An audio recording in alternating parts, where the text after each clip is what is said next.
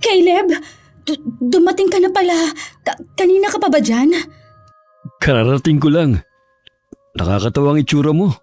Para kang nakakita ng multo eh. Nagulat kasi ako na nandito ka na sa loob ng bahay. Tsaka, hindi ka na nasanay sa akin. Epekto siguro to ng lagi akong puyat sa dalawang anak natin. Pareho pa kasing alagain eh. Kaya nga ang sabi ko sa'yo, tama na munang dalawa. Naaawa din kasi ako sa'yo eh. Alam ko kung gaano kahirap ang mag-alaga ng mga bata. Ngayon lang naman yan mahirap dahil mga maliliit pa. Mabuti nga, nandyan ang mga magulang ko para katuwang ko sa pag-aalaga ng mga anak natin habang nasa malayo ka. Kaya nga sobra akong nagpapasalamat sa mga magulang mo eh. Panatag din ako habang nagtatrabaho sa malayo. Oo nga pala, nakasalubong mo ba ang mga magulang ko sa daan? Kaalis lang kasi nila eh. Hindi eh. Dito kasi ako dumaan sa kabila. Meron kasing pinabili sa paring isko sa akin. Idinaan ko muna. Hindi mo pala nakita yung pinsan ko. Sinong pinsan? Hindi ko alam kung nabanggit ko na sa'yo eh. Seaman siya at kabababa lang sa barko. Sa Maynila siya nakatira. Dumalaw lang kina Itay at Inay. Dumaan na rin dito. Wala kang nabanggit tungkol sa kanya. Ang nabanggit mo lang mga pinsan mo na nakatira sa kabilang bayan. Bihira naman kasi namin makita ang pinsan namin yon. Huli ko siyang makita eh. Hindi pa tayo magkakilala. Ito nga palang sahod ko. Kumuha na ako ng panggastos ko ngayong linggo. Ay, sa totoo lang, Caleb, hindi na minsan nagkakasya itong sahod na ibinibigay mo. Sa gatas pa lang at diaper, kulang na to eh. Sabi pala ni Inay, sa'yo mo na lang padedehin ng bata at lampi na lang munang gamitin mo para makatipid tayo. Ipinaliwanag ko na sa'yo, di ba? Nagkakaroon nga ng rashes ang anak natin kapag lampi ng gamit. Maliban pa doon, natatambakan ako ng labada. Sa gatas naman, alam mong wala nang madede sa akin. Pasensya ka na talaga ha. Alam mo naman dito sa probinsya, mababa talaga ang pasahod. Ayaw mo pa kasing sundin ang sinasabi sa'yo ng kapatid ko na sa Maynila ka magtrabaho eh. Tutulungan ka naman niya eh. Alam mo naman na hindi ko kayang malayo sa inyo ng mga bata eh. Ito ngang linggo ng uwi eh. Hirap na hirap na ang kalooban ko. Yung pa kaya naaabuti ng ilang buwan. Magtitiis na lang ba tayo ng ganito? Sa pasukan mag-aaral na si Cindy. Huwag ka mag-alala. Maghahanap ako ng ibang trabaho na malaking sahod. Huwag mo lang hilingin sa akin na sa Maynila ako magtrabaho. Oo na, pero gumawa ka ng paraan.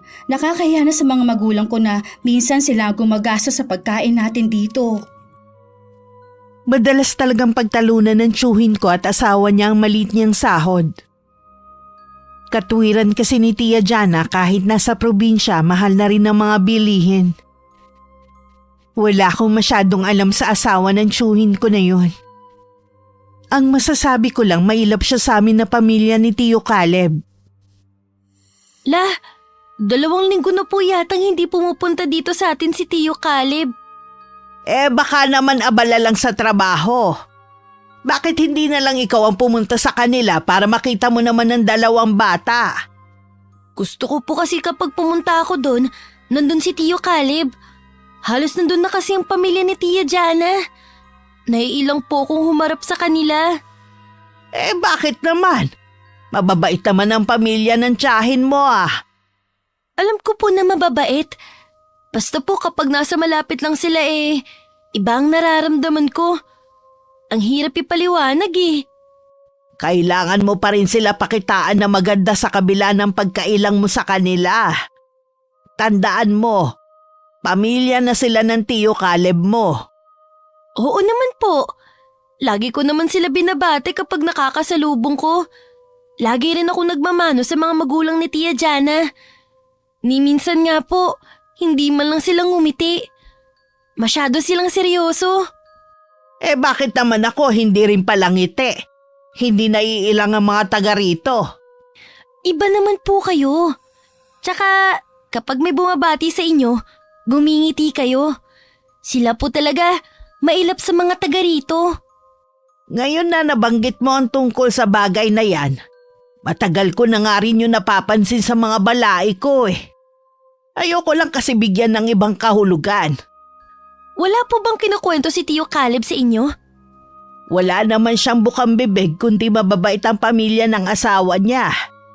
Mabuti nga daw Sinasamahan ng mga biyenan niya ang asawa niya habang nasa malayo siya. Baka nga po sadyang mailap sila sa mga taga rito dahil taga-ibang lugar sila. Wag na natin silang pag-usapan pa. Basta masaya ang Tio Caleb mo sa kanila, walang problema. Mula nang maghiwalay ang mga magulang ko, kay Lola na ako naiwan. Ang tatay ko kasalukuyang nasa Maynila na panganay sa magkakapatid. Bihira na rin siyang umuwi dito sa lugar namin. Magkaganon man, regular naman siya nagpapadala sa akin. Ang inay ko naman sa kabilang bayan nakatira kasama ng bagong pamilya. Mabuti naman na isipan mong dumalaw. 2 linggo ka nang hindi nagpaparamdam Pasensya na po kayo, Nay. Marami lang po akong ginagawa. Kumusta na po kayo rito? Ayos lang naman. Bakit hindi mo isinama ang mag-iina mo? Wala po dyan. Pumunta po sa bahay ng kapatid sa kabilang barangay. Bukas pa po ang balik nila. Bakit hindi ka sumama? Mas gusto ko po magpahinga. Bukas papasok na naman po ako sa trabaho. Kung wala naman pala ang mag-iina mo, dumito ka muna sa bahay. Kaya nga po ako nagpunta rito para makalibre ng kain. Walang problema. Gusto ko nga yung lagi kayong pumupunta rito magkakapatid Mula na magkaroon kayo ng sari-sariling pamilya, nakalimutan nyo na ako. Mabuti na lang nandito si Jelay. Huwag na po kayo magtampo, Nay. Sadya lang po talagang abala lang ako, pati mga kapatid ko. Pare-pareho kayo ng dahilan ng mga kapatid mo, lalo na si Narsing. Nasa Maynila naman po kasi si Kuya Narsing Mahirap sa kanya na mag-uwian dito sa atin. Kaya wala akong magawa kundi intindihin na lang Lagi pa rin po bang nagpapadala si Kuya sa inyo? Oo. Nung isang araw nga pinadalhan ng pamangkin mo ng pambili ng cellphone. Talaga po? Ang swerte naman ni Jelay Nag-iisang anak kaya lahat ibinibigay ng kuya mo. Sa tingin niyo po kaya, Nay, may pera pa si Kuya? Siguro. Hindi naman kasi ako nagtatanong sa pera ng kapatid mo Bakit mo naman naitanong? Bala ko po sana manghiram. Medyo hirap na po kasi akong pagkasya ng sahod ko Meron pa akong pera dito. Ibibigay ko na lang sa'yo. Nakakahiya, Nay. Wala naman po kayong pinagkakakitaan Huwag ka nang mahiya. Wala naman akong paggagamitan Sige na nga po, Nay. Ibabalik ko na lang po sa inyo kapag sumahod ako. Bakit sabi mo hirap kang pagkasyahin ang sahod mo? Wala pa naman kayong estudyante Malakas po kasi sa gatas at diaper ang bunso namin Bakit kasi ayaw gumamit ng lampin ng asawa mo? Diba sabi ko sa'yo lagi siyang kumain ng malunggay? Mainam yon para sa nagpapadede. Nahihirapan po kasi maglaba ang asawa ko Tapos nauumay na raw po siya sa purong malunggay. Konting sakripisyo lang naman ang gagawin ng asawa mo pero hindi niya magawa. Hayaan na lang po natin kaysa pagtalunan pa namin. Ang akin lang naman pagiging praktikal. Kailangan nyo rin kasi mag-ipon. Mabuti rin kasi yung sa oras ng kagipitan may madudukot kayo. Talaga pong malit ang sinasahod ko. Mabuti na nga lang po nagbibigay din ng mga biyenan ko. Habang lumalaki ang mga bata, palaki rin ng palaki ang gastos. Kung ngayon hindi na kasya ang sahod mo, paano pa kaya sa mga susunod na araw Yan nga po ang pinagtatalunan namin ni Jana. Gusto niya rin po na sa Maynila ako magtrabaho. Nandun daw po kasi ang kapatid niya na pwede akong tulungan na makahanap ng mapapasukan. Maliliit pa ang mga anak nyo. Para sa akin hindi tama na mapapalayo ka sa kanila. Yun na nga po Ito nga lingguhan ng uwi ko. Nahihirapan na ako. Yung pa kayong lalayo ako. Humingi ka ng tulong sa mga kapatid mo. Baka meron silang maitulong sa'yo sa paghahanap ng ibang trabaho na mas malaking sahod. Nagsabi na po ako sa kanila. Sasabihin lang daw nila ako kapag meron na. Minsan kasi tulungan din yan. Habang hirap sana kayo matuto rin sanang magtipid ng asawa mo. Napapakamot na lang ng ulo si Tio Caleb. Naubusan na rin kasi siya ng ikakatwiran kay Lola. Natuwa naman ako nang malaman kong naroon ng tiyuhin ko. Agad ko namang ipinagmalaki sa kanya ang bago kong cellphone. Ang ganda naman ng cellphone mo. Lakas makasosyal ah. Siyempre naman po. Matagal ko na po yung hinihiling kay tatay eh. Malinaw ba ang camera nito? Oo naman po. Mamaya picture po tayo ni Lola. Sigurado ikaw palang may ganitong cellphone dito sa atin. Ako pa lang po talaga. Naiinggit ka po sa akin ng mga kaibigan ko eh. Ang swerte ko daw. Sila na magkaroon ng ama na tulad po ni Itay. Matanong pala kita, wala ka bang balak na magtrabaho? Sa ngayon po, wala pa po eh. Sabi po kasi ng Itay, samahan ko muna si Lola dito. Sa bagay nga, hindi mo naman kailangan magmadali sa paghahanap ng trabaho eh. Nandiyan naman ang tatay mo. Gusto ko din po syempre magtrabaho, kaso ayaw pa ni Itay eh. Sinabi ba ng itay mo kung kailan siya uuwi? Sabi niya, dito daw po siya magpapasko. Ang tagal pa nun ah. Alam niyo naman po si tatay, sa sobrang pagiging abala niya, akala niya po lagi mabilis lang ang mga araw. Mabilis lang naman talaga ang mga araw. Kita mo nga oh, parang kailan lang kinakarga lang kita. Ngayon dalaga ka na. Oo nga po, nakakamiss po ang mga panahon na yun. Kapag wala ka namang ginagawa rito, pumunta ka sa bahay. Tulungan mo naman sa pag-aalaga ang tiya Jana mo sa mga pinsan mo. Nang makabawi ka naman sa pag-aalaga ko sa'yo noon. Pumupunta naman ako dun dati. Kaya lang mula nung lingguhan na akong umuwi, hindi ka na pumupunta sa bahay. Lagi ka tuloy hinahanap ni Cindy. Nahihiya po kasi ako sa mga biyenan mo eh. Mababait naman sila eh. Hindi ka naman nila kakagatin. Naiilang po kasi ako sa kanila. Sobrang tahimik kasi nila eh. Ganun lang talaga sila, hindi ka pa nasanay. Kapag hindi po ako busy at walang iuutos si Lola Carlota, pupunta po ako sa bahay niyo. Tsaka madalang na lang silang pumupunta ron. Nanganak na kasi ang hipag ko eh. Baka doon muna sila pansamantala. Pagkatapos pa ng 3 araw bago ko naisip na pumunta sa bahay ni na Tio Caleb. Gusto ko kasing kuhanan ng picture ang mga pinsan ko. Malapit na ako sa bahay nila nang makita ko ang pagdating ng isang lalaki. Bigla akong kinutuban ng hindi maganda kaya hindi na lang ako tumuloy. Ba't nandito ka na agad? Kasi po Lola, wala yatang tao. Saradong-sarado po kasi ang buong bahay eh. Hindi ka ba naghintay kahit sandali? Hindi na po eh. Ikaw talaga napakamainipin mong bata ka. Malay mo may binili lang sandali ang tiyahin mo. Babalik na lang po ako bukas.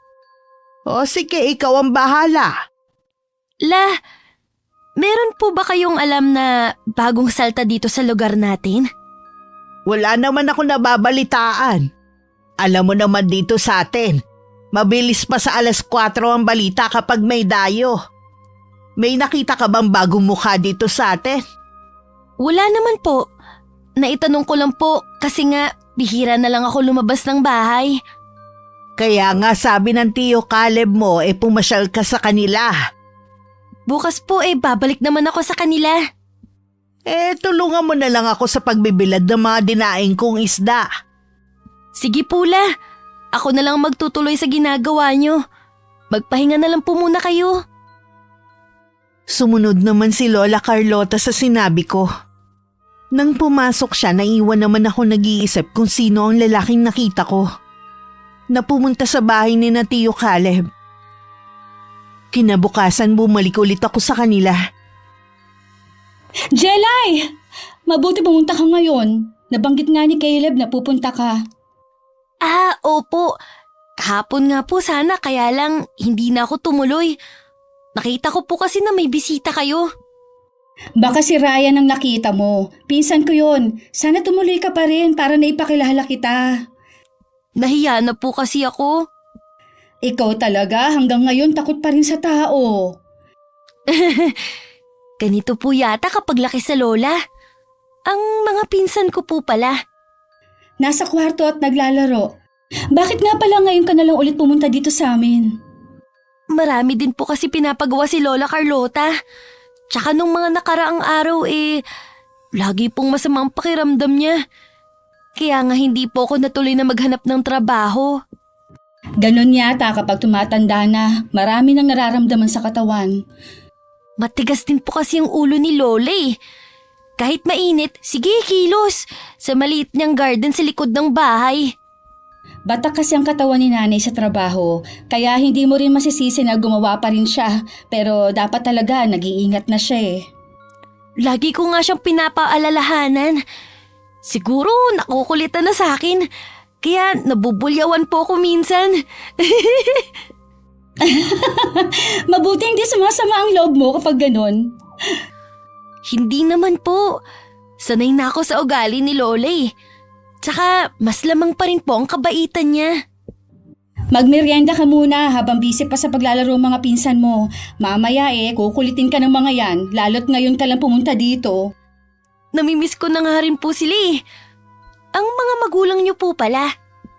Sa 1 linggo pa sila uuwi dito. Sinasamahan na muna nila ang kapatid kong bagong panganak. Ganun po ba? Ang sarap naman ng tinapay na to. Masarap talaga yan. Nagustuhan din ni Cindy eh. Dala yan ng pinsan ko. Yung nakita mo, dami pa nga niyang dala eh. Uwian mo rin si nanay ha. Taga saan po ba yung pinsan niyo na yun? Parang ngayon ko lang po nakita eh. Seaman yun. Kabababalan ng barko. Ilang beses sa'yo nakapunta dito dahil nagustuhan niya ang lugar natin. Nagpapaalam nga kung pwedeng magbakasyon dito. Sabi ko ipapaalam ko muna kay Caleb. Saan po ba talaga siya nakatira? At nagustuhan niyang lugar natin. Wala naman pong espesyal dito sa atin eh. Taga Maynila talaga sila. Saan po siya tumitigil dito? Doon muna siya sa bahay nila nanay. Matagal pa kasi bago siya sumakay ulit ng barko eh.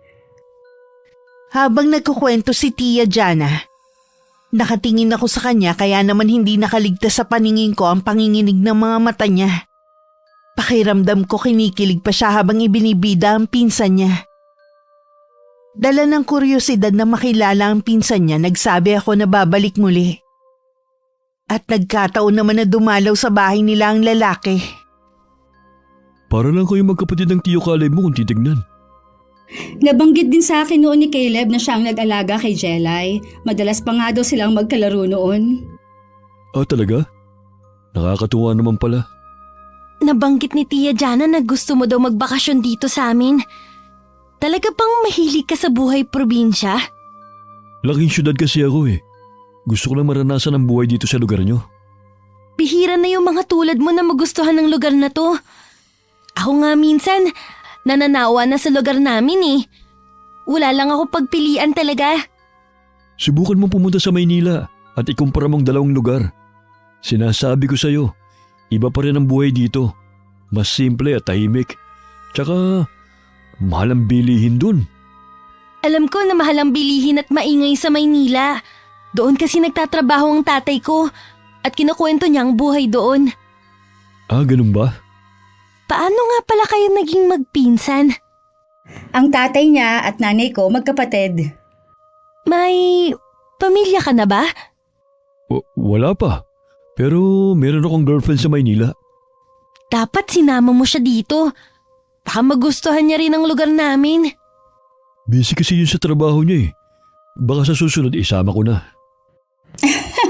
Alam mo, Jelay, nagtataka ako sa'yo ngayon. Masyado ka kasing matanong sa bisita ko. Dati kasi tahimik ka at mahiyain. Mahiyain lang po ko, Tia, kapag ibang tao. Hindi naman po ibang tao ang pinsan niyo eh. Sa bagay nga, mabuti pa. Nako, magmerienda na muna tayo. Dinala ko na lang ang pagkain ko sa sala kung saan naroon ang 2 kong pinsan. Naiwan naman sina Tia Jana sa kusina na tanaw naman sa kinauupuan ko.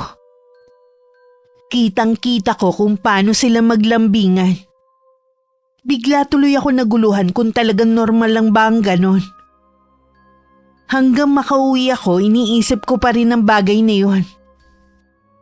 Kanina ko pa napapansin na parang malalim ang iniisip mo ah. May nangyari ba sa bahay ng tiyo Caleb mo? Nakilala ko lang po yung pinsan ni Tia Jana. Seaman po, nagpapakasyon sa atin. Hindi ba maganda ang ugali ng pinsan niya? Ayos naman po siya, Lola. Katunayan nga po, mabait po siya at mukhang maraming pera. Ang dami niya kasing pasalubong lagi. Palibhasa, seaman kasi. Hindi ko alam na may pinsan na seaman si Jana. Sa Maynila po siya nakatira. Talaga? Mabuti na gustuhan niya dito sa atin. Oo nga po eh. May gusto ka ba sa lalaking yon? At siya ang iniisip mo? Lola, wala po akong gusto dun. Ano nga ang iniisip mo? Mahirap pong ipaliwanag pero duda po ako sa lalaking yun. Paanong duda ka sa kanya? Sa pagkatao po niya. At kung talaga bang pinsan siya ni Tia Jana. Ano bang kakaiba ang napansin mo? Malambing po sila eh, na parang hindi naman normal na ginagawa ng magpinsan. Baka naman malapit lang sila sa isa't isa. Ewan ko lang po. Oy, Jelay, wag mo tong mababanggit sa Tio Caleb mo, ha? Baka kasi pagmula ng hindi pagkakaunawaan nila mag-asawa. Sige po, Lola. Hindi ko po babanggitin. Minabuti ko na hindi muna pumunta sa bahay ni na Tia Jana. Kung lagi kasi kung nandun, marami pa akong mapapansin na kakaiba. At mabibigyan ko lang ng mali siya. Alam ko ring nakauwi na si Tio Caleb sa kanila. Okay lang naman kung dito ka magbabakasyon eh. Mabuti nga yun para may kasamang mag-iina ko. Salamat Kuya Caleb. Tama nga ang sinabi ni Ate Jana. Ang bait mo nga. Hindi naman. Bukas lang ang bahay ko sa lahat ng mga kamag-anak ng asawa ko. Siya nga pala, may dala akong alak dyan. Umiinom ka ba? Oo naman. Magluluto ako ng pulutan natin. Meron akong alagang mga manok dyan. Magkakatayo ko mamaya. Salamat at mainit ang pagtanggap mo sa akin dito. Ano nga pala masasabi mo sa lugar namin? Okay naman. Nakakapanibago lang. Dahil hindi naman ako sanay sa buhay probinsya. Sobrang tahimik dito. Kumusta naman ang buhay bilang seaman? Masaya ba sa barko? Akala ng iba madali ang buhay sa barko. Pero ang totoo niyan, mahirap at delikado. Kailangan marunong din makisama para hindi mapag-initan. Dati pangarap ko yan eh. Mabuti na lang pala hindi ako natuloy. Ano ang trabaho mo ngayon? Eto, bumagsak ako bilang karpintero. Ayos lang yan. Marangal naman ang trabaho mo eh. Marangal nga. Minsan naman kulang ang kinikita ko. Kung walang pukpok, walang kain. Bakit hindi ka maghanap ng trabaho na mas malaking sahod? Sinusubukan ko naman eh. Kaso wala talaga akong mahanap na iba eh. Bakit hindi mo subukan magtrabaho sa Maynila? Ayoko kasing mawalay sa pamilya ko eh. Kung doon kasi ako magtatrabaho, malamang bihira ako makakauwi rito. Mamamatay ako sa lungkot doon. Sa bagay nga, mahirap kasi kapag pamilyado na. Mabuti naiintindihan mo ako kahit wala ka pang pamilya. Oo naman. Kaya nga ako, hanggang ngayon, hindi pa rin makapag-asawa. Gusto muna mag-ipon bago lumagay sa tahimik na buhay. Tama yan, para hindi mo kailangang lumayo. Dito ka muna ah. Huhuli lang muna ako ng manok. Tutulungan na kita. Hindi na. Bisita ka namin dito eh. Ang mabuti pa, puntahan mo na lang ang pinsan mo. Sige. Kung kailangan mo ng tulong, tawagin mo lang ako ha. Nakatalikod na si Tio Caleb kaya hindi niya nakita ang misteryosong ngiti sa labi ng lalaki. Nang mailuto ang manok, nagtabi lang ang tsuhin ko ng ulam. At saka na nila inumpisa ng inuman sa labas ng bahay. Habang lumalalim ang gabi, pasarap din ang pasarap ang kwentuhan ng dalawa. Lasing ka na yata eh. Kung ano-ano na kasing sinasabi mo eh. Hindi pa ako lasing. Gaya nga ng sinasabi ko, may boyfriend talaga yung si Jana. Pero ako pa rin ang pinili niya. Ang swerte mo pala na ikaw ang pinili niya. Nasaan na kaya yung boyfriend niya? Hindi ko alam eh. Baka may sarili na rin pamilya. Kasing edad lang niya ang asawa ko eh. Sa tingin mo kaya, hindi na mahal ng pinsan ko naging boyfriend niya? Hindi magpapakasal sa akin ang pinsan mo kung mahal pa rin niya ang lalaking yun. Siguro nga, tama ka. Ikaw, kailan mo naman yayayain ang girlfriend mo na magpakasal? Hindi pa namin napag-uusapan eh. Baka magsawa yung maghintay sa'yo. Nasa kanya yun. Kung hindi niya na ako mahihintay, marami pa namang babae dyan eh. Sa bagay nga, magandang lalaki ka naman eh. Marami pang pera. Pag-aagawan ka talaga. Magandang lalaki ka rin naman ah. Kaya nga siguro napaibig sa'yo yung pinsan ko. Gwapo nga. Wala namang pera. Hindi naman yata mahalaga sa pinsan ko ang yaman eh. Siguro nga. Pero malaking bagay pa rin kung may sapat na pera. Mas maibibigay ko sa kanila ang kailangan nila. Ang mas mahalaga naman masaya ang pagsasama nyo. Oo naman. Walang kahit na ano o sino ang pwedeng sumira sa pagsasama namin ng pinsan mo. Kung ganun, uminom pa tayo. Magbubukas pa ako ng isang bote ha. Mas lalong naging malakas ang tawanan at boses ng dalawa. Mabuti na lang malalayo ang agwat ng mga bahay. Hindi sila makakaistorbo. Si Tia Jana naman napapailing na lang na umalis sa pagkakadungaw sa may bintana. Dahil sa sobrang laseng sa sala na lang nakatulog si Tio Caleb. Samantalang magkaulayaw naman ang asawa at si Ryan. Kinabukasan parang minamartilyo ang ulo ni Tio Caleb. Inabutan naman siya ng kape ng asawa. Sakit ang ulo ko. Anong oras na? Pasado 10:00 na. Tanghali na pala. Si Ryan. Umuwi muna sa bahay ng mga magulang ko. Kukunin niya ang mga gamit niya doon. Ganun ba? Ano kaya nangyari kagabi? Pareho kasi kayong laseng. Halos gumapang na nga kayo papasok ng bahay eh. Pasensya ka na. Minsan lang naman akong mag-inom eh. Hindi naman ako nagagalit. Sabi mo nga, minsan ka lang uminom. Salamat naman at hindi ka galit. Sakit talaga ng ulo ko. Gusto mo ba ng gamot? Sige, para talaga kasing minamartil yung ulo ko eh. Bago ka uminom, kumain ka muna. Teka, ipaghahanda kita. Ipagtimpla mo na rin ako ng kape. Madadala ka na siguro na mag-inom ngayon. Eto ang kape mo. Hindi na kasi ako sanay uminom eh. Pagkatapos mong kumain, maligo ka para mawala yung hangover mo. Mag-iisang buwan na nun si Ryan sa bahay ng tiyuhin ko. Dahil maraming pera ang lalaki, laging masarap ang ulam ng mag-iina. At tuwing dumarating si Tio Caleb, laging espesyal ang ulam nila.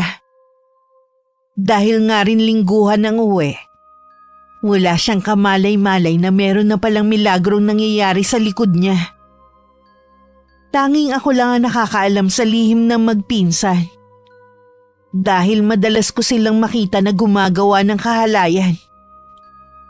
Nandito po pala ang pinsan niyo. Oo. Nagustuhan niya kasi ang lugar natin. Nagustuhan niya pong lugar natin o dahil sa inyo? Hindi kita maintindihan. Magsabi nga po kayo ng totoo. Pinsan niyo ba talaga ang Ryan na yun? Oo naman. Sinabi ko na kung paano kami naging magpinsan. Bakit po kayo gumagawa ng kahalayan? Hindi kita maintindihan. Alam kong may relasyon po kayong dalawa. Huwag niyo nang ipagkaila. Kitang-kita po ng dalawang mga mata ko ang mga ginagawa niyo. Hindi na kayo nahiya. Dito pa talaga sa bahay ni Tio Caleb kayo gumagawa ng kababuyan? Iyang bibig mo, Jelay. Nasa kwarto lang si Ryan, baka marinig ka niya. Nakakahiya naman. Nahihiya ka po sa kanya? Pero hindi kayo nahihiya sa asawa niyo? Wala nga kaming ginagawang masama ni Ryan. Hindi po talaga kayo aamin? Sige, bahala na po si Tio Caleb sa inyo.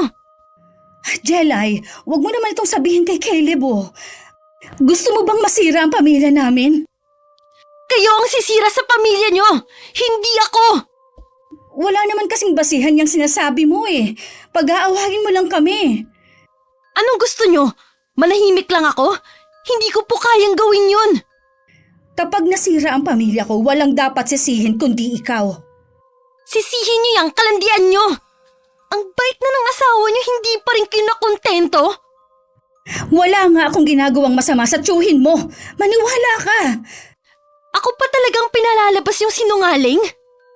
Eh baka kasi nagkamali ka lang ng palagay. Maawa ka naman sa mga pamangkin mo. Ngayon naman ginagamit niyo ang mga anak niyo. Kahit sino naman ang nasa kalagayan ko, lahat gagawin para maprotektahan ng pamilya. Paalisin niyo ang lalaking yun sa bahay na to. Ang kapal naman ng mukha niya kung mananatili pa siya dito pagkatapos ng ginawa niya. Hindi mo ba alam? Malaking tulong sa amin si Ryan. Eh halos siya na nga ang gumagastos sa bahay na to. Malaking tulong siya sa pamilya ko. Kaya pala ayos lang sa mga magulang niyo at kapatid ang relasyon niyo. Dahil nakakatulong sa inyo. Jelay, nakikiusap ako sa'yo. Itiko mo na lang yung bibig mo. Wala ka namang pruweba sa mga sinasabi mo eh. Guguluhin mo lang ang katahimikan ng bahay na to eh. Sigurado ba kayo na wala akong pruweba? Meron ba? O nasaan? Kay Tio Caleb ko lang ipapakita. Kaya kung ako sa inyo, paalisin niyo na ang lalaking yun. Baka sakaling maawa pa ako. Jelay, huwag ka muna umalis. Pag-usapan muna natin to. Jelay! Matinding takot ang nararamdaman ng mga sandaling yun ni Tia Jana. Lumabas naman sa pinagtataguan si Ryan na narinig ang lahat ng usapan namin. Ano na ang gagawin natin ngayon? Eh siguradong magsusumbong yun kay Caleb. Ano kaya sinasabi niyang pruweba? Hindi ko alam. Baka sabi lang niya yon. Baka pagdating ng asawa mo bigla na lang niya akong sugurin. Kung gusto mo nang umalis, hindi naman kita pipigilan. Nag-aalala rin naman ako na baka magpang-abot kayo. Pakiramdaman na lang muna natin. Baka nga nananakot lang ang pamangkin mo. Hindi dapat ako pumayag na dumito ka. Bakit hindi? Tayo naman talaga magkasintahan. Hanggang ngayon, ako pa rin ang gusto ng mga magulang mo at kapatid. Eh bakit kasi mas pinili mong mag-abroad kesa sa akin? Masyado ka naman kasing atat na magpakasal eh. Sinabi ko naman sa'yo maghintay ka. Pero wala pang 1 taon. May boyfriend ka na kagad. At pinakasalan mo pa talaga. Nagawa ko lang naman na magpakasal kay Caleb dahil sama ng loob ko sa'yo eh. Akala ko makakalimutan din kita. Ngayon nagsisisi ka. Hindi naman sa ganun. Mabait at responsable naman si Caleb. Pero aminin mo, na iba pa rin ang nagagawa ng pera. Hindi lahat ng gusto mo maibibigay niya. Kita mo nga, dahil sa akin, kaya nakakakain ng masarap ang mga anak mo. Hindi mo kailangang ipumukha sa akin ang bagay na yon. Kaya naman naming mabuhay kahit wala mga binibigay mo. Ibig bang sabihin yan? Ayos lang sa'yo na mawala ako? Kailangan na nating tanggapin na hindi na natin pwedeng ituloy ang relasyon natin. May asawa na ako at may girlfriend kang naghihintay sa'yo sa Maynila. Makipaghiwalay ka na lang sa asawa mo. Hindi pwede. May mga anak kami. Ayoko masira ang pamilya ko kaya mabuti pang tapusin na natin ang relasyon natin. Diyan na naman. Palibasa kasi wala kang mga anak. Sarili mo lang ang iniisip mo. Sige. Kung yan ang gusto mo, hihintayin ko lang ang asawa mo para makapagpaalam ng maayos sa kanya. Pupuntahan ko din si Jelay para pakiusapan. Kasalukuyan ako naglalabas sa may poso sa likod ng bahay nang tawagin ako ni Lola Carlota. Nasa amin daw si Tia Jana at gusto kong kausapin. Ayoko na sana siyang harapin. Pero magtataka naman si Lola kapag ginawa ko yun. Napilitan na lang ako na harapin siya. Sa labas na lang kami nag-usap para hindi marinig ni Lola. Anong ginagawa niyo dito? Nandito ako para makiusap ulit sa'yo. Umalis na ba ang pinsan niyo sa inyo? Aalis na rin siya. Hihintayin lang niya na umuwi si Caleb para magpaalam. Magpaalam at para magpasalamat na rin. Dahil maliban sa nakatira na siya sa inyo, nakihati pa siya sa inyo. Huwag ka naman magsalita ng ganyan. Baka marinig ka ng inay. Nahihiya kayo ngayon pero bago kayo gumawa ng kamilagruhan, hindi niyo naisip ko anong magiging bunga. Eh hindi naman kasi totoong sinasabi mo eh. Sige lang, panindigan niyo ang pagsisinungaling niyo. Nakikiusap ako sa'yo. Huwag mo nang palakihin ang gulo. Aalis na nga si Ryan eh. Kung hindi ko pa kayo nahuli, hindi nyo pa siya paaalisin. Pangako, hindi ko na siya papupuntahin sa bahay. Kilala mo ko, sa loob ng ilang taon naging tapat at mabuti akong asawa kay Caleb. Sa mga sinasabi nyo, para na rin kayong umamin. Sige, alang-alang sa mga pinsan ko, hindi ako magsusumbong. Ay, salamat, Jelay. Tatanawin ko itong malaking utang na loob sa'yo. Niyakap pa ako ng mahigpit ni Tia Jana bago umalis. Pagpasok ko sa loob ng bahay, nagtatanong ang mga mata ni Lola Carlota na nakatingin sa akin. Ano bang sadya ni Jana sa'yo? Wala pula. Meron lang siyang pinapakiusap sa akin. Ano naman? Tungkol po sa pinsan niya. Alam ko meron kang itinatago. Hinihintay ko lang na magsabi ka sa akin. Lola, nangako naman na si Tia Jana na paaalisin na po ang lalaking yun. May ginawa bang lalaking yon? Bakit sabi ni Caleb mabait naman at marunong makisama? Magiging mabait po talaga yon dahil may relasyon sila ni Tia Jana. Dahil sa magpinsan sila? Hindi po sila totoong magpinsan. May relasyon po sila, Lola. Matagal na nilang niloloko si Tio Caleb. Ano ka mo? Totoo ba yan? Kung hindi ko pa sila nahuli, hindi pa sila hihinto sa kababuyan nila. Napakabait na ni Caleb pero nagawa pa rin yun ni Jana. Oo nga po. Lola, ayos lang po ba kayo? Maupo muna kayo. Medyo nahilo lang ako. Ayos na rin naman ako. Hindi ko po mapapatawad ang sarili ko kapag may nangyari po sa inyo. Ano ka ba? Ayos lang sabi ako Mas nag-aalala ako kay Caleb kapag nalaman niya to. Paalis na rin naman po yung lalaki. Siguro po mabuti nang huwag na natin ipaalam pa kay Tio Caleb. Hindi ako sang-ayon sa sinasabi mo.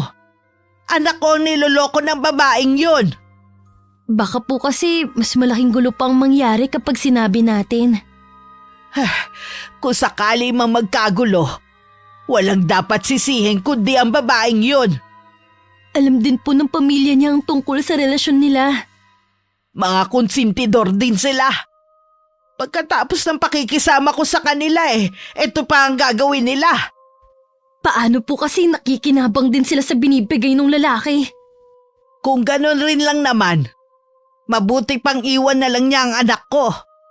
Tingin ko po mas pipiliin pa rin ni Tia Jana ang pamilya niya. Di sana po sumama na lang siya sa lalaking yun. Mabuti pa nga siguro, pero kailangan iwan niya ang mga apo ko. Kung hindi ko lang po iniisip ang mga pinsan ko, noon pa sana ako nagsumbong. Bigyan na lang po natin ng isa pang pagkakataon si Tia Jana. Ang lagi talagang kawawa ang mga bata. Mananahimik ako. Pero siguruhin lang niya na paaalisin ng demonyong lalaki na yun na gustong sirain ang pamilya nila. Kalma lang po kayo, Lola. Namumula na kayo sa galit Baka kung mapano kayo. Teka lang po, ikukuha ko lang po kayo ng tubig. Sino ba naman ang hindi magagalit sa nalaman ko? Ito na pong tubig nyo. Uminom po muna kayo. Meron ka bang ebidensya laban sa kanila? Meron po, Lola. Nakuhanan ko sila ng video gamit tong cellphone ko. Itago mo lang yan, Apo. Paalang araw magagamit din natin yan. Ayos na po ba kayo? Oo. Sige na, balikan mo na ang nilalabhan mo. Nang sumunod na araw, pinuntahan ni Lola si Tia Jana sa bahay nila. Naabutan pa niya si Ryan doon. Parehong nagulat ang dalawa sa biglaan pagsulpot ni Lola Carlota. Nay! Napadalaw po kayo! Ano pang ginagawa ng lalaking yan dito? Talaga bang wala nang natirang hiya sa mga pagbumuka ninyo? Alis na rin po si Ryan. Hinihintay lang po niya si Caleb. Gusto po niya kasi magpaalam. Hindi na kailangan. Paalisin mo na siya ora mismo. Pero, Nay... Baka gusto mong pareho ko kayong paalisin sa bahay na to. Huwag mong kalilimutan na ang lupang kinatitirikan ng bahay na to ay pag-aari ko. Huwag na po kayong magalit kay Jana. Aalis naman po ako. Gusto ko lang pong personal na magpaalam kay Caleb at magpasalamat na rin sa pagpapatuloy niya sa akin dito. Pagkatapos ng mga ginawa niyo, haharap ka pa talaga sa anak ko? Ang kapal mo naman. Kunin mo ang mga gamit mo at umalis ka na. Nay, Huwag kang makialam dito. Ikaw lalaki, ano pang hinihintay mo, Pasko? Hindi mo ba narinig ang sinabi ko? Opo. Ayusin ko lang po ang mga gamit ko.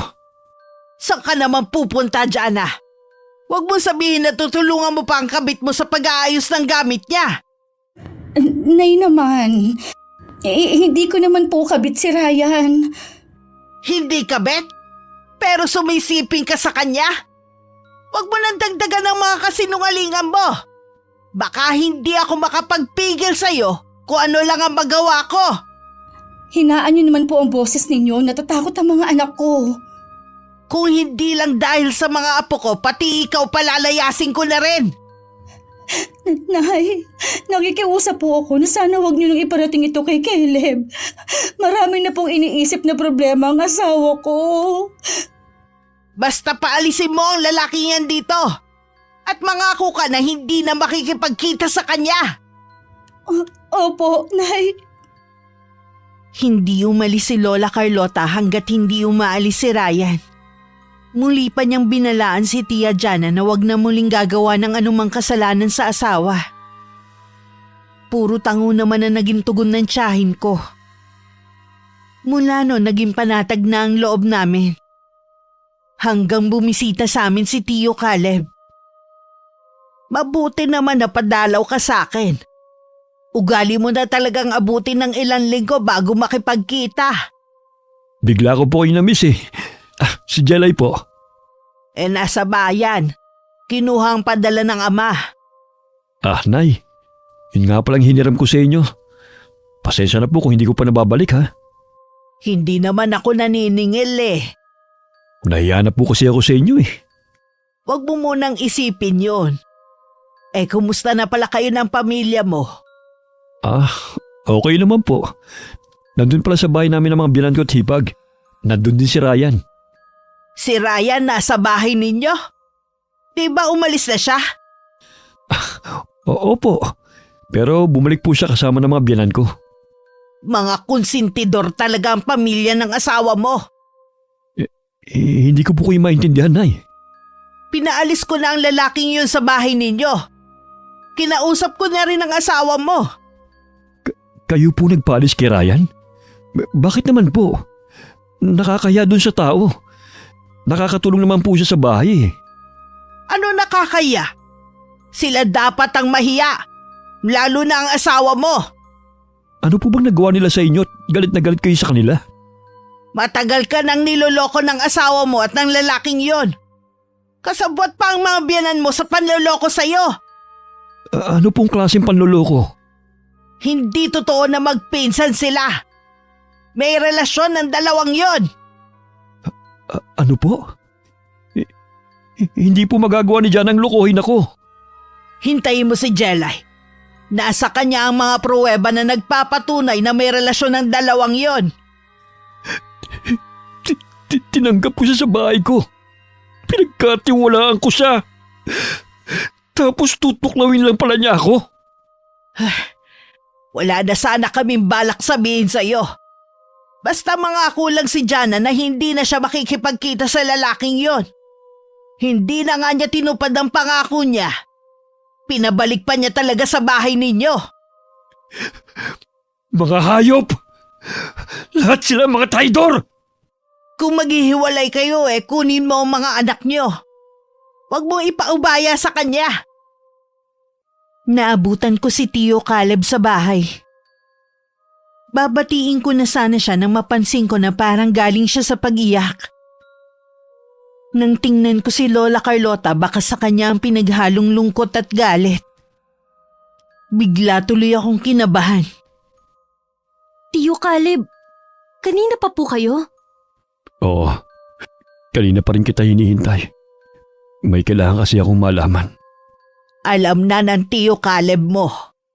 Po? Akala ko po ba ililihim na lang natin ang tungkol sa bagay na yun? Yun naman talaga ang gusto ko. Pero ang babaeng yun pinabalik na naman doon ng lalaki niya. Ang kapal naman talaga nila.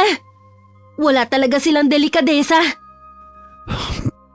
Gusto ko makita ang video na sinasabi ni Inay na nasa cellphone mo. Sigurado po ba kayo?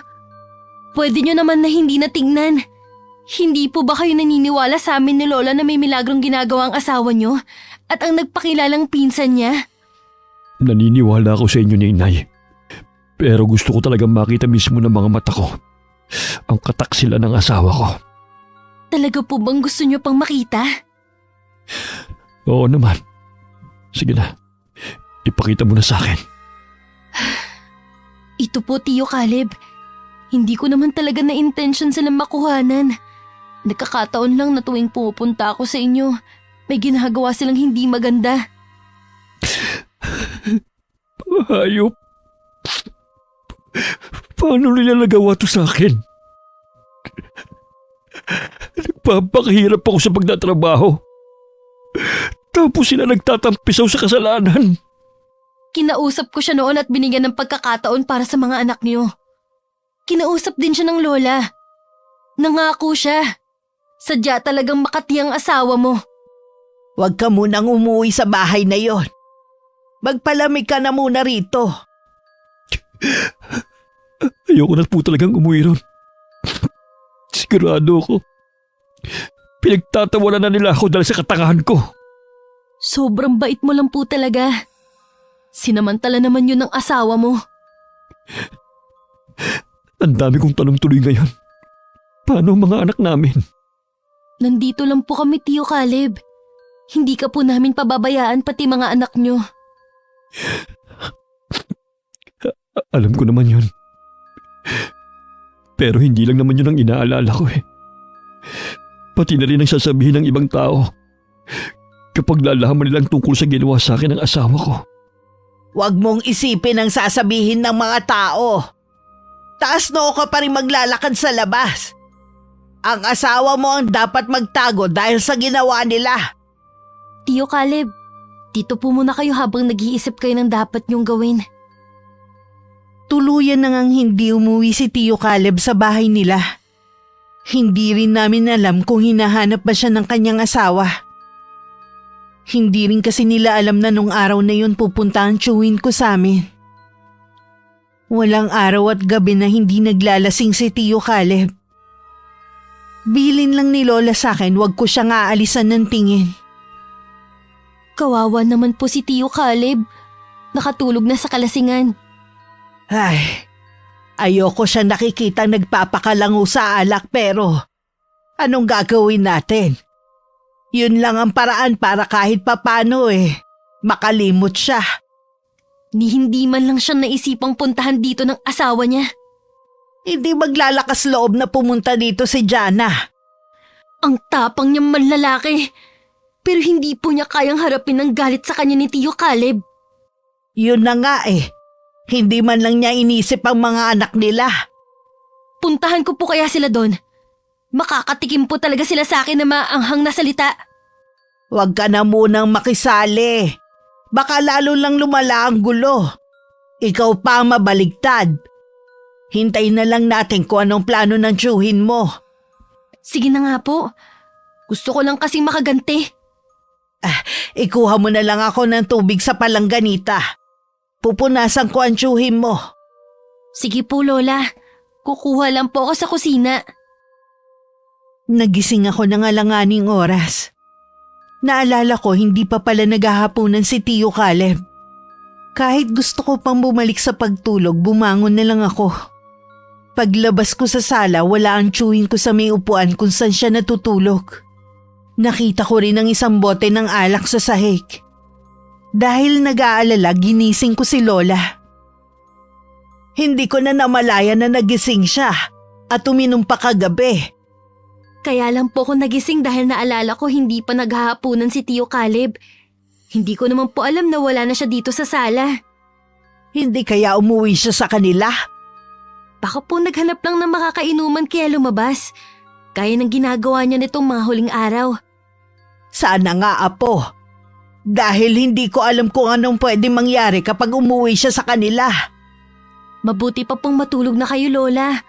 Ako na lang po ang maghihintay kay Tio Caleb. Sasamahan na lang kita. Hindi rin naman ako makakatulog eh. Masama po sa inyong magpuyat. Bumalik na po kayo sa kwarto niyo. Sige na nga. O paano maiwan na kita? Bakit po kayo natitigilan, Lola? Jelay, yung samurai ng lolo mo nawawala. Po, di ba nakasabit lang yun dito sa dingding? Nandito pa yung kahapon nilinis ko pa. Hindi kaya kinuha ni Caleb. Bakit naman po yun kukunin ni Tio? Hindi maganda ang kutob ko kung si Caleb ang kumuha. Baka kung anong gawin niya. Sana naman po mali tayo ng iniisip. Ang mabuti pa po, pupunta ako sa bahay nila. Mabuti pa nga, Iha. Hihingi din ako ng tulong sa mga kapitbahay natin. Mag-iingat ka. Magdala ka ng flashlight. Mula nang umalis ako ng bahay, patindi na ng patindi ang kabang nararamdaman ko. Nangangatog din ang mga tuhod ko habang lakad-takbo ang ginagawa ko. Wala akong kamalay-malay na huli na ang pagdating ko. Kasalukuyan na nangyayari ang isang krimen. Mga hayop kayo! Papatayin ko kayo! Caleb, wag! Maawa ka sa akin! Hindi ko sinasadya! Dapat sa'yo mamatay! Jana! Takbo! Ryan! Maawa ko sa kanya, Caleb! Tama na! Ito pa! Tama lang sa'yong mamatay!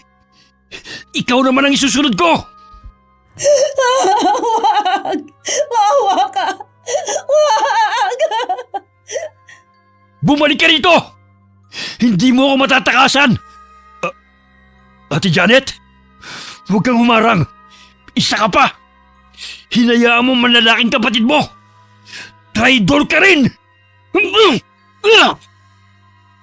Hindi na rin nakagalaw ang hipag ni Tio Caleb nang undayan din siya ng saksak. Ang mga biyanan niya nagising din dahil sa komosyon na nagaganap. Ang anak na lang na si Janet ang naabutan nila sa sala na naliligo sa sariling dugo. Malapit na ako noon na makasalubong ko si Tio Caleb na parang wala sa sariling naglalakad. Habang hawak ang samurai na may bahid pa ng dugo. Tio Caleb, ano pong nangyari? Saan kayo nanggaling? Galing ako sa bahay namin. Patay na si Ryan. At ang hipag ko. Nakatakbo si Jana. Hindi ko alam kung nasaan ang asawa ko. Bakit niyo po ginawa yun? Bakit mo sila pinatay?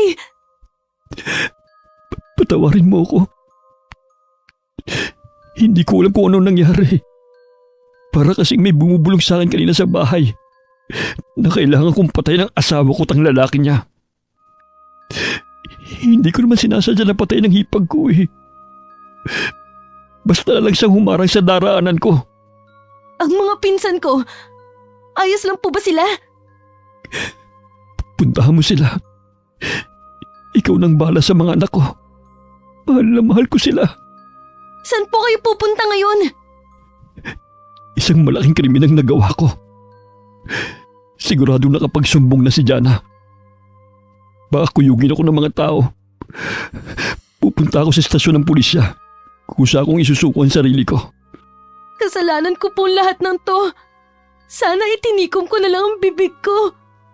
Hindi sana po kayo nakapatay. Huwag mong sisihin ang sarili mo. Wala kang kasalanan. Tama lang ang ginawa mo. Ikaw nang bahala kay inay, ha? Pakisabi mahal na mahal ko siya. Patawarin niya ako. Naging mahina ako. Kailangan ko nang umalis. Tio Caleb! Panginoon, patawarin niyo po siya sa nagawa niya. Nadatnan ko na marami ng tao sa bahay. Naroon na rin si Kapitan at mga tanod. Nang sumilip ako sa loob ng bahay, naroon na si Tia Jana na tulala lang na nakaupo. Ang mga magulang naman niya umiiyak habang nasa harapan ng bangkay ng anak. Minabuti ko na umuwi na muna sa bahay. Halos himatayin si Lola nang malaman niya ang nangyari. Bakit mo yun nagawa, anak ko? Kasalanan po to ni Tia Jana. Kung nakontento lang sana siya kay Tio Caleb, hindi na sana aabot sa ganito. Siya ang nagdala ng kamalasan sa anak ko. Sabi po ni Tio Caleb, susuko siya. Sa estasyon ng pulis na lang po natin siya puntahan. Maghanda na tayo para kapag lumiwanag na aalis na tayo. Pinapasabi po pala ni Tio Caleb, mahal na mahal daw po niya kayo. Mahal ko rin siya. Lahat sila magkakapatid at kayong mga apo ko. Ano po kayang magiging reaksyon ng mga balain niyo sa atin? Inaasahan ko na magagalit sila sa atin. Ako ang bahala sa kanila. Kung hindi rin po nila kinonsinti ang ginawa ng anak nila, hindi makakapatay si Tio Caleb at hindi madadamay ang anak nila. Naaawa din po ako sa kapatid ni Tia Jana. Alam ko po kasi marami siyang anak at walang asawa. Diyos ko, kung pwede lang sanang ibalik ang nakaraan para wala nang madamay. Hindi ko po maiwasan na makonsensya. Kung nanahimik na lang sana ako. Hindi rin tama kung nananahimik ka. Ano, habang buhay na lang nilang lolokohin ang anak ko? Kaya lang po, mas grabe ang nangyari ngayon. Alisin mo na sa isip mo ang bagay na yan. Wala kang kasalanan. Hindi pa rin ako matahimik sa kabila ng sinabi ni Lola Carlota. Nakatanaw lang ako sa may bintana habang hinihintay ang pagliwanag ng paligid. Dahil sa lalim ng iniisip ko, namalayan ko na lang niyayaya na ako ni Lola na umalis. Pagdating sa presinto, tuluyan na kaming napaiyak. Ano pong ginagawa niyo rito? Gusto kita makita, anak. Kumusta ang kalagayan mo rito? Okay lang po ako dito, Nay. Tama lang po na nandito ako. Alam ko na hindi mo kagustuhan ang nangyari. Huwag mo sisihin ang sarili mo. Nakapatay pa rin po ako at kailangan ko po yung pagbayaran. Tanggap ko na po ang kapalaran ko. Huwag ka mawala ng pag-asa.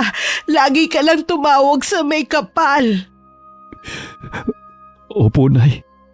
Hindi ako makakalimot sa kanya. Ikaw, Jelay, huwag ka nang umiyak dyan. Ayoko pong makulong kayo. May kasalanan ako na dapat kong pagbayaran. Huwag na kayong mag-alala sa akin. Sa totoo lang, mas gumana ang pakiramdam ko ngayon kesa nung lagi akong uminom ng alak. Ingatan mo ang sarili mo dito, ha? Lagi ka naming dadalawin. Si Jana po kaya kamusta na? Mula ngayon ayoko na mababanggit ang pangalan ng babaeng yon. Ituring mo na siyang patay. Nang matapos ang oras ng dalaw, umuwi na rin kami. Kinukumusta rin kami ng mga kamag-anak namin. Lahat sila galit kay Tia Jana dahil siya ang sinisisi nila sa nangyari. Makalipas ang 1 linggo, pinuntahan ni Lola Carlota si Tia Jana sa bahay nilang mag-asawa. Ang kapal naman ng mukha mo para hindi pa umalis sa bahay na to. May karapatan po ako dito. Bahay namin ito ni Caleb. Pagkatapos ng ginawa mo, may tapang ka pa talagang manatili sa lugar na to. Buong barangay alam na ang ginawa mo. Paano mo pala gagawang maglakad sa labas na nakataas ang noo? Patawarin niyo po ako, Inay. Nagsisisi na po ako sa mga ginawa ko. Huwag niyo po kaming paalisin dito. Wala na kami mapupuntahan ng mga anak ko. Umuwi ka sa inyo, sa mga magulang mo. Galit din po sila sa akin. Ako ang sinisisi nila sa pagkamatay ng ate ko. Naguhugas kamay sila ngayon. Kung tutuusin, may kasalanan din sila. Hinayaan lang nila ang mga ginawa mo. Palibhasa kasi nakikinabang din sila. Hindi po sila marunong tumanggap ng pagkakamali. Matindi rin po silang magalit. Mabuti pa pong humingi na lang kayo ng kapatawaran sa ginawa ni Caleb at ng apo ninyo.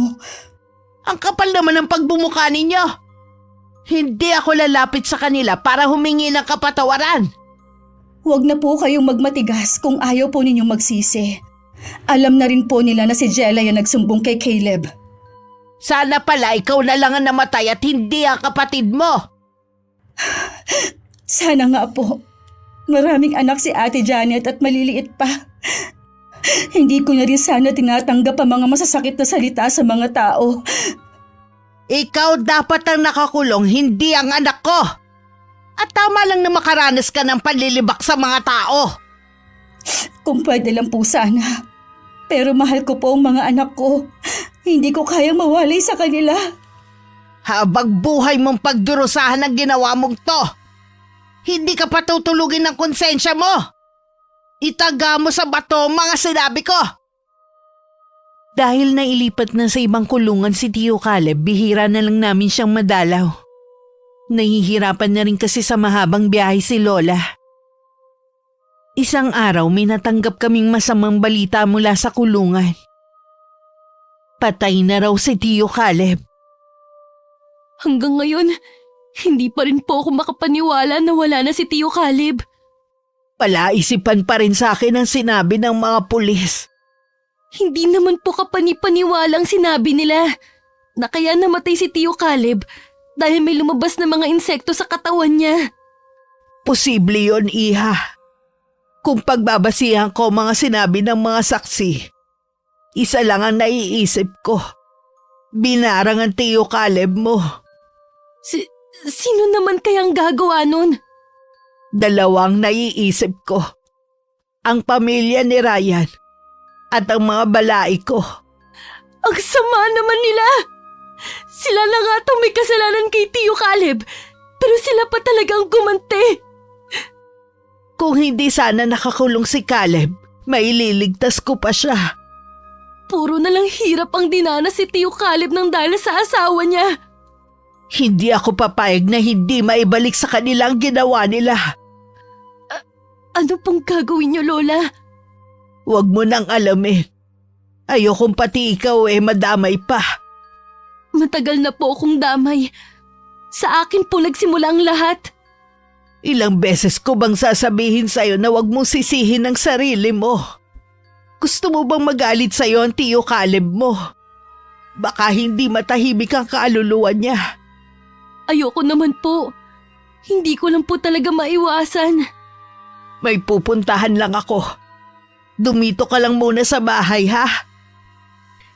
Lingid sa akin, pinuntahan ni Lola si Tia Jana sa bahay nila. Naabutan niyang umiiyak ang babae. Nay, napadalaw po kayo. Umiiyak ka ba dahil wala na si Caleb? Masakit din po sa akin ang pagkawala niya. Ni hindi ko man lang siya nakita kahit sa huling sandali. Hindi naman kita pinagbawalan na puntahan ng burol niya. Hindi mo lang talaga makaya ang panghuhusgang gagawin sa'yo ng mga tao. Kaya nga po hindi na lang ako pumunta. Bakit po pala kayo nandito?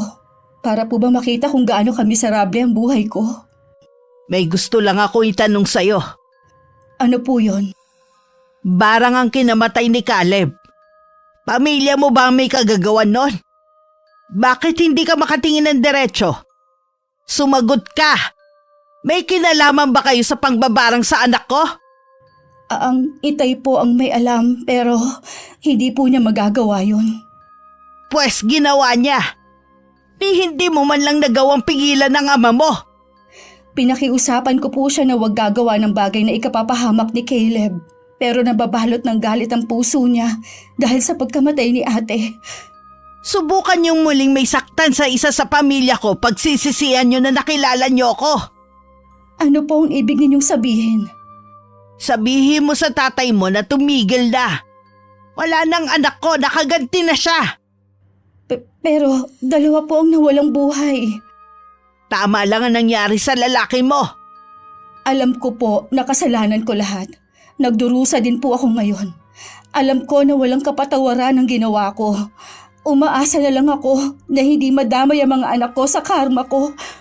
Dahil lang sa mga apo ko kaya hindi kita mapaalis sa bahay na to. Subukan mo lang muli magloko kahit patay na si Caleb. Ako mismo ang magpapalaya sa'yo dito kasama ng mga anak mo. Lola, teka lang po. May gusto lang po ako sabihin. Kahit ito man lang, makabawi ako sa inyo. Anong sasabihin mo? Ingatan niyo po si Jelay. Galit sa kanya ang pamilya ko dahil tingin nila sa kanya nagsimula ang gulo. Apo ko pa talaga ang sinisisi nila sa nangyari? Anong klaseng pag-iisip ba meron ng pamilya mo? Pasensya na po talaga, Nay. Yun lang ang masasabi mo? Kung pwede ko lang pong ibalik ang nakaraan. Hindi ako magpapatukso sa pera at material na bagay. Sabi nga pera ang pinag-uugatan ng kasamaan. Nagpatalo ka sa kasamaan kaya ito ang naging resulta. Ilang araw nang hindi maganda ang pakiramdam ko. Pero ayoko namang ipakita kay Lola baka kasi mag-alala pa siya. Ang dami na nga naming problema, ayoko nang dagdagan pa. Dahil matalas ang pakiramdam niya, napansin pa rin niya na may kakaiba sa akin. May sakit ka ba ha? Wala naman pula. Bakit yun naman po naitanong? Maputla kasi ang mga labi mo eh. Pula lang po akong lipstick kaya siguro maputla ako. Para ka rin kulang sa tulog. Kasi po Lola, madalas akong magising ng 1:00 ng madaling araw. Pakiramdam ko nasa paligid lang si Tio Caleb. Eh bakit mo naman nasabi yan? Kapag po kasi nagigising ako ng madaling araw, naamoy ko rin ang paborito niyang pabango. Ako po kasing bumili nun eh. Katagalan, nagiging masangsang na ang amoy ng paligid. Basahol pa sa bulok na daga. Mula mamayang gabi sa kwarto ko na ikaw matutulog ha? Baka naman po hindi kayo makatulog. Alam niyo naman po na humihilik ako eh. Wala akong pakialam kung malakas ka man humilik. Mabuti na yung katabi mo ko. Sige na nga po Lola. Basta huwag kayo magrereklamo na hindi makatulog ah. Siya nga pala. Dalhan mo ng bigas at gulay ang Tia Jana mo sa bahay nila. Ibig po bang sabihin yan, hindi na kayo galit sa kanya? Galit pa rin at hindi basta mabubura ang nagawa niya. Kaya lang hindi ko rin matiis na hindi sila tulungan dahil sa mga apo ko. Sa bagay nga po, kahit ako naawa sa mga bata eh. Eh di po ba pinagbawalan na kayo ni na Itay na magkaroon ng connection kay Tia Jana? Baka malaman nila na tumutulong kayo. Magalit sila. Wala naman silang magagawa kahit magalit pa sila sa akin eh. At isa pa, kadugo ko pa rin ang mga apo ko. Balang araw matatanggap din nila ang mga bata. Tsaka wala naman silang kasalanan sa nangyari. Mabuti ka pa, malawak ang pangunawa. Hindi katulad ng Itay at mga tsuhim mo. Masyado silang nabulag sa galit. Katwiran po kasi ng Itay, naghiwalay sila ni Inay hindi dahil sa pagtataksil. Iba-iba rin naman ang kapalaran ng tao eh. Sige na, lumakad ka na para hindi ka abutin ng mainit na sikat ng araw. Sumunod na ako sa utos ni Lola. May kabigatan din ang dala kong bigas at mga gulay. Nagulat naman ang tiyahin ko na makita ang mga dala ko. Ipinadala ni Lola Carlota dito sa inyo. Salamat. Tuloy ka muna. Ang totoo niyan, wala na nga akong isasaing mamaya eh. Buti dumating ka. Saan kayo kumukuha ng panggastos nyo? Tumatanggap ako ng labahin. Dito ko na lang dinadala para kahit papaano mabantayan ko pa rin ang mga bata. Sana maging aral na ang nangyari sa inyo. Binigyan kayo ng pangalawang pagkakataon para ayusin ang buhay niyong mag-iina. Huwag niyo na sanang sayangin. Yun nga lang, hindi ko alam kung paano mag-uumpisa muli eh. Wala na kasi akong natatanggap ng suporta sa pamilya ko. Galit din ang pamilya mo sa akin. Kung alam mo lang kung paano ko kapala ng mukha ko kapag nakikiusap ako sa mga taga rito na ako na lang ang kunin nilang labandera. Kung gusto nyo, kukunin ko na muna ang 2 bata. Maghanap muna kayo ng trabaho sa bayan. Yun lang maitutulong ko. Talaga? Tutulungan mo ako sa pag-aalaga ng mga anak ko? Oo. Nangako ko kay Tio Caleb na hindi ko pababayaan ang mga anak niyo. Yun din siguro ang dahilan kung bakit siya nagpaparamdam sa akin. Salamat sa'yo, Jelay, ha? Hindi ko tatanggihan ang tulong na inaalok mo. Ginagawa ko to para kay Tio Caleb at sa mga bata. Hanggang ngayon, galit pa rin ako sa inyo. Hindi ko alam kung kailan kita mapapatawad. Hindi kita mamadaliin na patawarin ako. Patutunayan ko na nagbago na ako at sa mga anak ko na lang iikot ang mundo ko. Mabuti naman. Paano, alis na ako? Dalhin mo na lang ang 2 bata sa bahay. Doon ko na lang sila alagaan. Hindi ko rin kasi pwede na iwan si Lola. Nang makauwi ako sa bahay, ang sakit ng ulo ko na parang binibiyak. Uminom na agad ako ng gamot pero hindi pa rin nawawala. Ang huling natatandaan ko, tinatawag ako ni Lola pero parang napakalayo ng boses niya. Nagkakamalay na po siya. Nauuhaw po ko. Gusto ko po ng tubig. Ako na po ang kukuha sa kusina. Kumusta na ang pakiramdam mo, Apo? Pagod na pagod po ang pakiramdam ko. Masakit din po ang ulo ko. 3 araw ka na kasing natutulog dahil sa taas ng lagnat. Po, ang natatandaan ko po tinatawag niyo ko. Nawalan ka ng malay noon. Kahapon pa dito si Jana at mga bata. Dito ko na lang muna sila pinatigil. Ano pong mga nakasabit na yan sa bintana? Mga pangontra yan, para walang makapasok na elemento. Masyado ka kasing nangihina Heto ng tubig mo, Jelay. Kaya mo bang umupo? Oo, masakit na nga ang likod ko Siguro dahil sa mahabang pagkakahiga. Inumin mo muna ang tubig mo at titignan ko ang likod mo. Ano po kayang sakit ko, Lola? Hindi pangkaraniwan. Na kahit doktor hindi ka kayang pagalingin. Ubusin mo muna ang tubig mo. Ayoko na po. Parang masakit na mahapdi ang likod ko. Itaas mo ang damit niya, Jana. Opo, Nay. Ano yan? Anong meron sa likod ko, Tia Jana? Ha? Hindi ko rin alam kung ano yung nakadikit sa likod mo. Para yung mga malalaking ugat na pumipintig-pintig. Lola, ano pong nasa likod ko? Ang bilog na nasa gitna ay mga insekto. Hinihigop nila ang dugo mo sa katawan bago sila lalabas. Napakatalino ng gumawa nito. Hindi kanya nilagyan ng sugat sa katawan. Pero ito ang ginawa niyang sakit mo. Lola, may bumabarang ba sa akin? Binanggit niyo kasi ang insekto Ganun na nga, Apo. Huwag ka mag-alala. Hindi kita pababayaan. Lahat gagawin ko para hindi ka matulad sa Tio Caleb mo. Marunong po kayo manggamot, Nay? Oo, pero matagal ng panahon nang huli ako makapanggamot. Ibabalik ko sa taong yun ang ginawa niya sa apo ko. Kung kinakailangang ubusin ko lahat ng lakas ko. Ang mga sumunod na pangyayari ay hindi ko na alam. Nawalan na naman kasi ako ng malay. Si Lola Carlota naman nagsagawa ng orasyon. At pilit hinahanap sa kanyang isipan ng taong bumabarang sa akin. Nagtagumpay naman siya na makita ang taong yon na walang iba kundi ang ama ni Tia Jana. Magbabayad ka sa ginawa mo sa anak ko at apo. Matitikman mo ang bagsik ng sarili mong sumpa. Ibabalik ko sa'yo. Tanggapin mo! Umusal ng mga salitang Latin si Lola Carlota. Makailang ulit niya yung binigkas hanggang maramdaman na niya ang pagkatalo ng kalaban. Nay! Si Jelay po, tumitirik ang mga mata! Huwag kang susuko, Jelay! Nandito lang kami, ha? Lumaban ka, Jelay! Makalipas ang ilang sandali, bumalik na sa dati ang pakiramdam ko.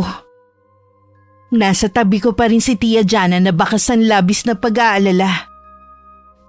Si Lola naman may luha pa sa mga mata habang nakatingin sa akin. Magaling ka na, Apo.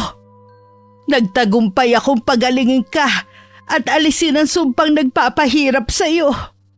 Talaga po. Akala ko matutulad ako kay Tio Caleb. Salamat po, Lola, pinagaling niyo ko.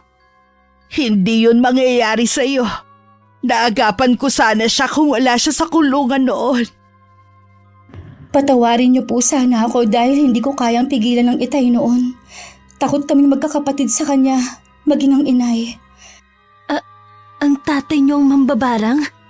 Oo, Jelay, nasa lahi nila yon. Kaya siguro gano'n na lang din ang galit niya. Dahil si Ate Janet sana ang magmamana ng kaalaman niya. Ako kasi at ang iba pa naming kapatid tumanggi sa kagustuhan niya. Mas gugustuhin ko pa rin kasi na maging normal ang buhay ko kesa magpailalim sa kapangyarihan ng pangbabarang. Tama ang naging desisyon mo. Alam ko rin matagal ka nang napatawad ni Caleb. Patawarin mo na rin ang sarili mo. Opo, Nay. Sana din balang araw mapatawad niyo rin po ako. Mabait si Lola Carlota. Bigyan mo lang siya ng panahon. Mula noon naging mas magaan na ang pakikitungo namin kay Tia Jana. Hindi man nagsasalita ang Lola. Alam kong pinatawad na niya ang babae. Ganon din ako. Minsan wala sa laki at bigat ng kasalanan. Kung talagang gustong magpatawad. Wakas. Okay, shoutout po tayo.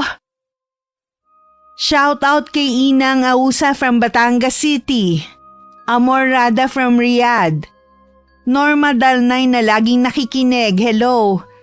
Hello kay Julius Deloro at sa Deloro family at Gonzaga family. Hello kay Tutsi Gulalan from Pasig City, Iloilo. Hello kay Sofia Amorin, salamat sa pakikinig. Shoutout sa Consensino family from Caloocan City. Hello sa mga anak ni Genevieve Cabangal from San Jose Antique na sina Shine, Kim, Princess, Jerry, Kurt at Rafael. Shoutout kay na Christopher Soyoso, Domingo Bundal at Heaven Soyoso from Suwal, Pangasinan na walang sawang nakikinig sa akin at kay Ingkong. Hi kay Leonisa Cobo from San Miguel, Bulacan. Shoutout sa Pabatal and Mangkaw family from North Cotabato. Hello kay na Kimberly and Cez from Rodriguez, Rizal. Hi kay Maria Angela Escopete from Melbourne, Australia. Ruby Ann Magante from Riyadh, Saudi Arabia. Phoebe Manglona from Himaymaylan, Negros Occidental. Hello sa Inaria family from Laguna. Hi kay Grace Limsiaco from Saudi Arabia. Hello Malin Rico from Novaliches, Quezon City. Hi kay Glenn Saga from Lapu-Lapu, Cebu City. Hi kay Cecilia V from Taguig City. Hello kay Lynn Turker from Turkey. Hello sa'yo Lance MBB from Malaysia. Hi kay Noy from Abu Dhabi. Hello sa'yo Rere Sales from General Santos City. Hi kay Marites Angdasan na lagi ring present. Hello Amorada from Riyadh. Shout out sa MMPC Toda Pascam 2 General Trias Cavite. Lalong-lalo na kay Ate Baby Cruz. Salamat sa laging pakikinig. Hello kay Rosalina Bugayong from Singapore with love. Hi kay Carol Manzano Abrigo na always present. Hello kay Violi Leharso from Cavite. Hello kay Love from Hong Kong. Shout out kay Francesca Liana from Muscat, Oman. Hi kay Aiko Villesa from Bahrain na lagi ring present. Hi kay Norma Garcia Pabunan from Hong Kong. Hello kay Razon Yao from Kuwait. Hello kay James Pedrajas na laging nakaabang sa bago nating kwento. Hello kay Michelle Mahusay from El Nido, Palawan. Hi kay Mary Antamashiro from South Cotabato. Hello kay Casey Fernandez from Jeddah, Saudi Arabia. Hello kay Lydia Lopez na lagi ring present. Hi kay Nida Kiambao from Kuwait. Hi kay RJ Channel from Hong Kong. Lisel Codilla Mamado, hello sa'yo. Hi kay Noni Solitario from Cebu City. Hello kay Aileen Remorque from Saudi Arabia. Hello kay Jane Cruz na lagi rin nakikinig. Hello kay Nanette Carson. Hello kay Joffer Garcia from Al Fayrouzi Salon, Qatar. Maraming salamat po sa pagsuporta nyo at pakikinig. Hanggang sa susunod, ingat, God bless.